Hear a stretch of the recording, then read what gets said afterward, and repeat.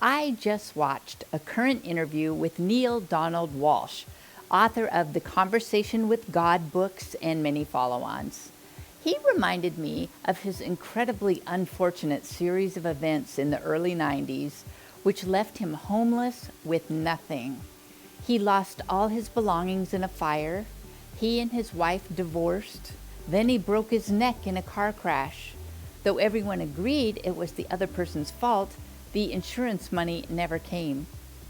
For several years, he was homeless outside Ashland, Oregon, asking for money and food and living in a tent. While we have very few homeless people in my small Midwestern town now, living in Boulder County, Colorado, I saw such people on multiple street corners many days.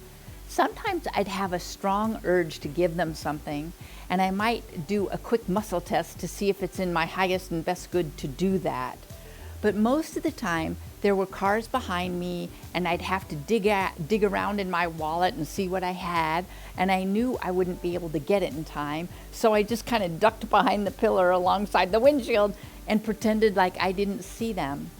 Homeless people have long disturbed my peace of mind.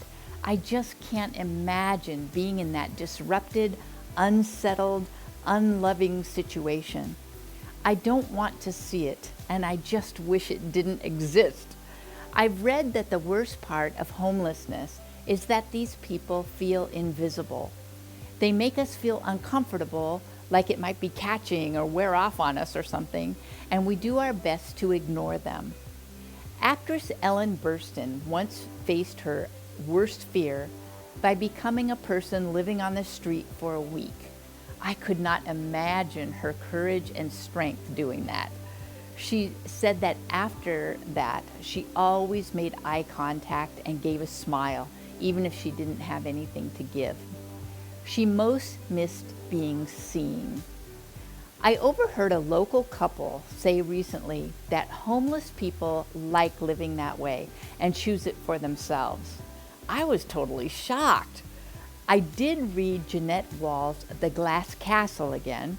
It's her memoir of growing up with totally unconventional parents, to say the least. To me, they were pretty bizarre in their lifestyle and habits. Eventually, the kids did all leave home and become professionals and educated.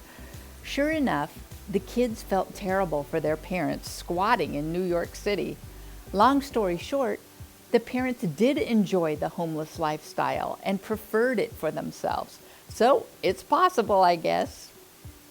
What Neale Donald Walsch said, though, was that when someone holds up a sign that says anything helps, they mean it. Anything helps. He suggested keeping bills handy so that you can easily grab a 5, a 10, or even a 20 to give. What a simple solution. He pointed out that many people say they don't help because the person will probably buy drugs or alcohol. Neale suggested trying your best not to judge. There's no way we can know another's heart, and they may need that just to get through the day. It's like a weight was lifted from my shoulders. All this guilt and doubt and indecision that has always engulfed me vanished. I no longer need to decide yes, no, maybe, how much. I can just give to everyone, having bills at the ready. I gave twice this week without having to tell myself any stories or fish around for money. I had bills folded in my center console, and I felt great about it. All those years of agonizing every time I saw someone asking, kindness always feels good. Wouldn't you know, my solution was confirmed this evening when I read Maria Shriver's weekly essay in her newsletter. It included this paragraph. Christine is her daughter. Christine's mission is to help us all drop judgments about how people are handling their mental health challenges. That way, we can treat people with tenderness and compassion wherever and whenever we can. Her mission inspires me and humbles me. It reminds me of what Father Gregory Boyle told me last week. People only change when they are cherished and they are treated with tenderness. Thanks, Maria. That's a great reminder. In no way am I suggesting that you do or don't do the same. I just wanted to relate a simple answer to an ongoing quandary that has long bothered me.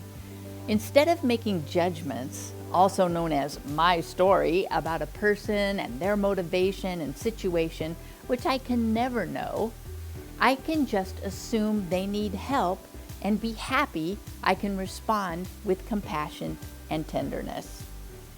My recipient was even cheerful and thankful.